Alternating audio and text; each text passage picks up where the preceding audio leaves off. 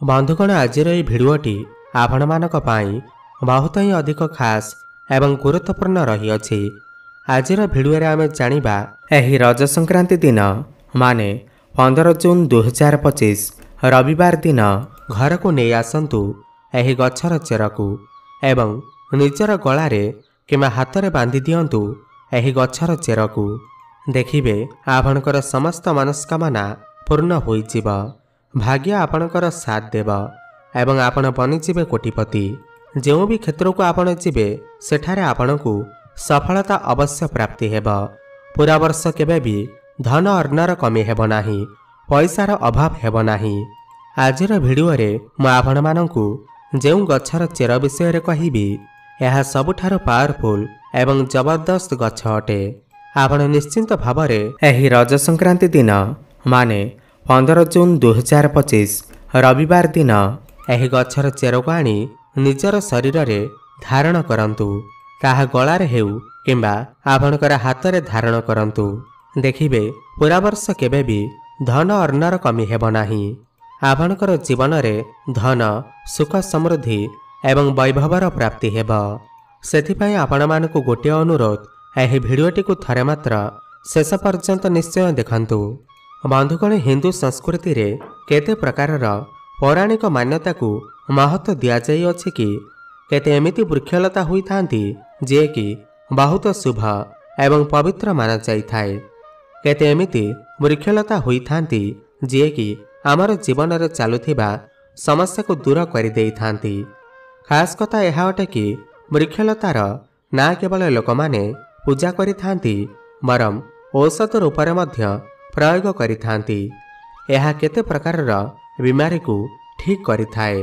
तेबे सेही वृक्ष मानक मध्यरु म आपनकू किछि एमिति वृक्ष मानक विषय रे कहिबी जहा बहुत ही पावरफुल एवं जबरदस्त गछ अटे। तेबे एही गछर चेरकू आपनकू रज संक्रांति दिन आनिबाकू पड़िबो एवं ताहाको पूजा करी आपनकर गला किमा हाथ रे बांधि देबाकू पड़िबो।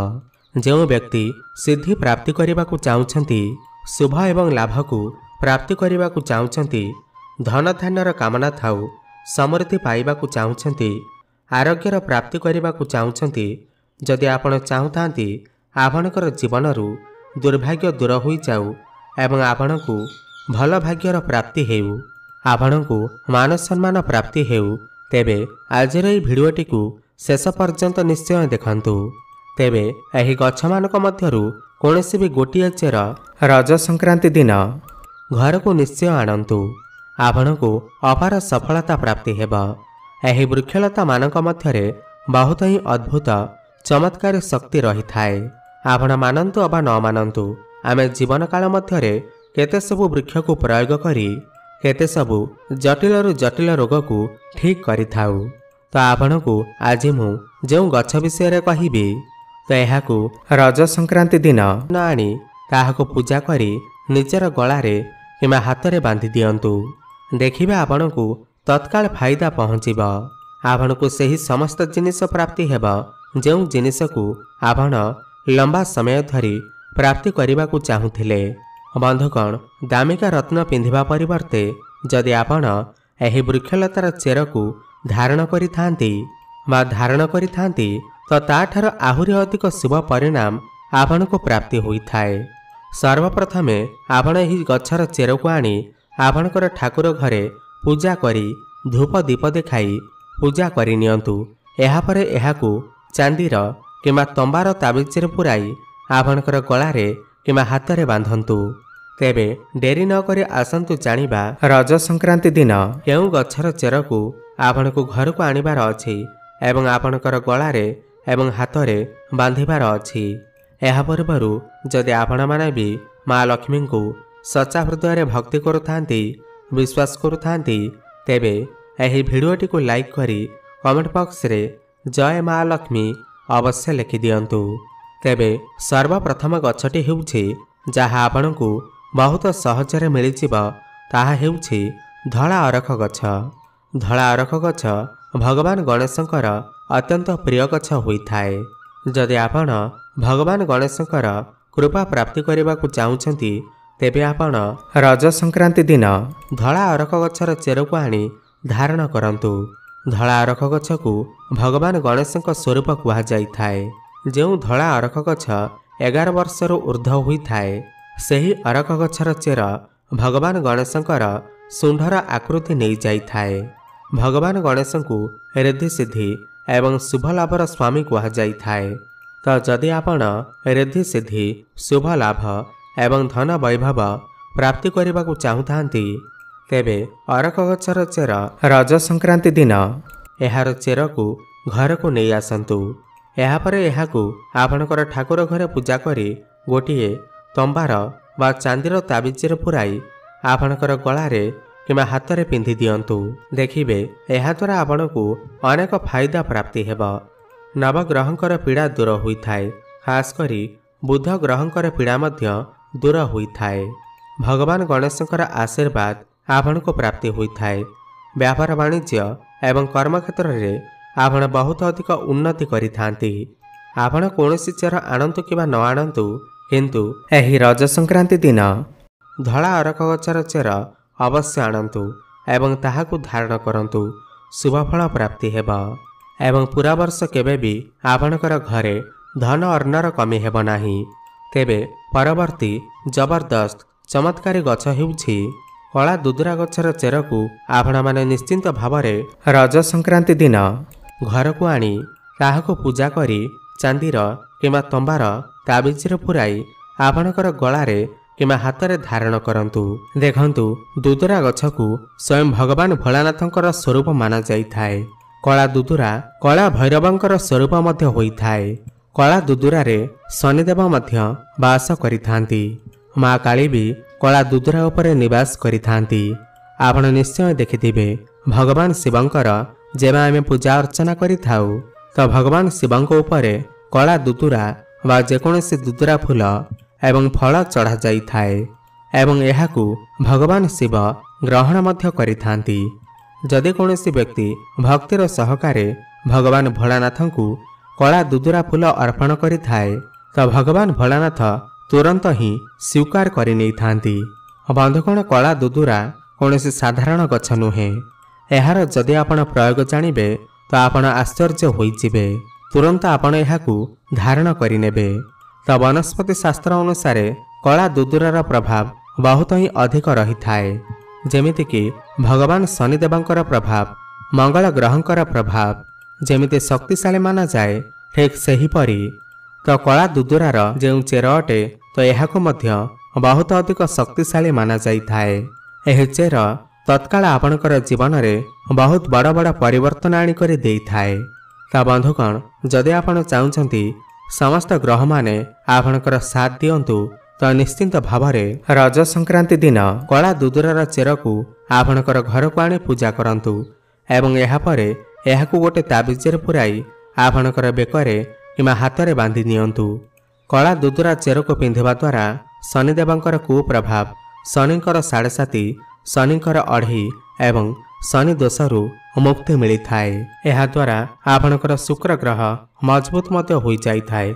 ଯେଉଁମାନଙ୍କର ଶୁକ୍ର ଗ୍ରହ ମଜବୁତ ହୋଇଯାଇଥାଏ, ତ ସେମାନେ ଧନବାନ ଏବଂ ଧନଶାଳୀ ହୋଇଥାନ୍ତି। ସେମାନଙ୍କର ଜୀବନରେ କେବେ ବି ଧନ ଅର୍ଣ୍ଣର କମି ହୋଇନଥାଏ। ରାହୁ କେତୁଙ୍କର ପୀଡ଼ା ମଧ୍ୟ ଦୂର ହୋଇଯାଇଥାଏ। ଯଦି କୌଣସି ବ୍ୟକ୍ତିକୁ ସ୍ୱପ୍ନରେ ସାପ ଆସୁଅଛି, ଯଦି କୌଣସି ବ୍ୟକ୍ତିଙ୍କୁ ପିତୃଦୋଷ ଲାଗିଅଛି, ଭୂତ ପ୍ରେତଙ୍କର ଭୟ ରହୁଅଛି, ତ ସେହି ବ୍ୟକ୍ତି କଳା ଦୁଦୁରା ଚେର ନିଶ୍ଚୟ ଧାରଣ କରନ୍ତୁ। ଆପଣଙ୍କୁ ସବୁ ସମସ୍ୟାରୁ ମୁକ୍ତି ମିଳିଯିବ। ତେବେ ବନ୍ଧୁଗଣ, ଏହି ଦୁଦୁରା ଗଛର ଚେରକୁ ନିଶ୍ଚୟ ଘରକୁ ଆଣନ୍ତୁ ଏବଂ ଏହାର ଚେରକୁ ତାବିଜରେ ପୁରାଇ ନିଶ୍ଚୟ ଧାରଣ କରନ୍ତୁ। ଆପଣଙ୍କର ସମସ୍ତ ସମସ୍ୟା ଦୂର ହେବା ସହିତ ଆପଣଙ୍କର ସମସ୍ତ ମନସ୍କାମନା ପୂର୍ଣ୍ଣ ହୋଇଯିବ। ପରବର୍ତ୍ତୀ ଦିବ୍ୟ ଗଛଟି ହେଉଛି ଚମେଲି ଗଛ। ଏହି ଚମେଲି ଗଛର ଚେର ରଜ ସଂକ୍ରାନ୍ତି ଦିନ ଅବଶ୍ୟ ଆଣିବା ଉଚିତ। ଚମେଲି ଗଛର ଚେରର ଫାଇଦା ବତେଇବାକୁ ଚାହିଁବି। ଚମେଲିର ମୂଳରେ ବା ଚେରରେ ଦୈବୀ ଶକ୍ତିମାନଙ୍କର ବାସ ହୋଇଥାଏ। ଆପଣ ଦେଖିଥିବେ, ଚମେଲିର ଯେଉଁ ତେଲ ଥାଏ, ତାହା ହନୁମାନ ମହାରାଜାଙ୍କୁ ସମର୍ପିତ ହୋଇଥାଏ। ଏଥିରେ ହନୁମାନ ମହାରାଜାଙ୍କର ଦୈବୀ ଶକ୍ତି ରହିଥାଏ। ଯେଉଁ ଲୋକ ମା ଲକ୍ଷ୍ମୀଙ୍କର କୃପା ପ୍ରାପ୍ତ କରିବାକୁ ଚାହୁଁଛନ୍ତି, लक्ष्मी सिद्धि प्राप्त करने को चाहते, जो लोक मंत्र को सिद्धि करने को चाहते, जो लोक आरोग्य रहिबा को चाहते, एमिति व्यक्ति चमेलीर जो चेर होता है यह अवश्य आनिबा उचित। चमेलीर जो चेर होता है यह रज संक्रांति दिन नहीं आसतु एवं यह पूजा करी चांदीर किंबा तंबार ताबिज पुराई आपणकर गलार किंबा हाथ में बांधि नियंतु। देखिए आपण को अवश्य ही फायदा प्राप्ति हेब। यह द्वारा दैवी शक्तिर प्राप्ति होता है, अलौकिक शक्तिर प्राप्त होता है, हनुमान महाराजंकर कृपा वर्षी थाए, आपण सर्वदा निरोग रही थांती। परवर्ती गछटी हेउछि अपमार्ग गछ। अवश्य घर को आणंतु एवं यार चेर को निश्चय धारण करंतु। यहाकू केते जगार गुगुचिया नाम जना जाए। आपण के एरिया रे यहाकू केउ नाम जना जाए आमको निश्चय कमेंट करी जणाइबे। यहाकू अपमार्ग कौन पाई कहा जाए ना यार जो बीज होता है यह ओलटा रही थांती, एथिपाई यहाकू अपमार्ग कही थांती, अर्थात यह दुनिया ठू ओल्टा चली थाए। अपमार्गर संत महात्मा माने सबुठ अधिक प्रयोग करि थांती। अपमार्ग जो होता है यार बीजर खीरी बनईकी खाइबा द्वारा 30 दिन पर्यंत भोक लगी न थाए। सेथिपाई यहाकू संत महात्मा माने यार बीजर खीरी बनईकी खाई थांती एवं अधिक समय पर्यंत साधना करि थांती। तो यहाकू होली पर्व दिन निश्चय घर को आणंतु एवं यहाकू ताबिजरे पुराई निश्चय धारण करंतु। यहाकू धारण करिबा परे यह शत्रु मानकर नाश करिथाए।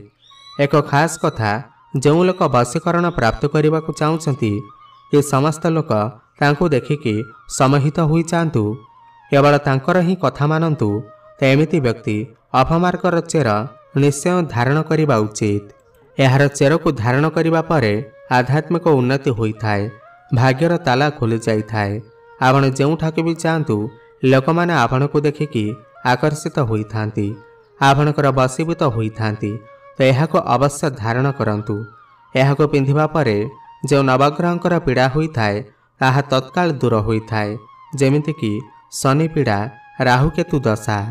शेषरे अपराजिता गछ। अपराजिता कौन पाई धारण करने दरकार? जो अपराजिता गछ होता है यार पुष्प माँ लक्ष्मीकर अत्यंत प्रिय होता है। अपराजितार पुष्प माँ लक्ष्मी को बहुत बेसी पसंद अटे एवं अधिक थर लक्ष्मी पूजा जदि आपण माँ लक्ष्मी को प्रसन्न करने को चाहते यह नुआ वर्ष दिन अपराजिता गछर चेर को निश्चय धारण करंतु। अपराजिता गछर चेर को घर को नहीं आसतु एवं यहाकू चांदीर ताबिजरे पुराई आपण निजर गलार कि हाथ में बांधि पारिबे। देखिबे आपण को माँ लक्ष्मीकर कृपा प्राप्ति हेब। पूरा वर्ष केबे भी धन अर्णर कमी हेब नाही, भाग्यर कबाट खोली जाइथाए। चाकरी दरकार जदि आपण को चाकरी प्राप्त होता है, आपणकर आध्यात्मिक उन्नति होता है, तेबे बंधुगण होली पर्व दिन यह 5 गोटी गछ मध्यरु कौनसी भी गोटे गछर चेर घर को निश्चय आणंतु एवं निजर गलारे किंबा हाथ में धारण करंतु। निश्चय ही शुभफल प्राप्ति हेब। भिडियोटी जदि आपण को टिके भी भल लगी थाए ताहेले भिडियोटी को लाइक करी कमेंट बॉक्स रे जय माँ लक्ष्मी, जय श्री गणेश अवश्य लिखि दियंतु। धन्यवाद।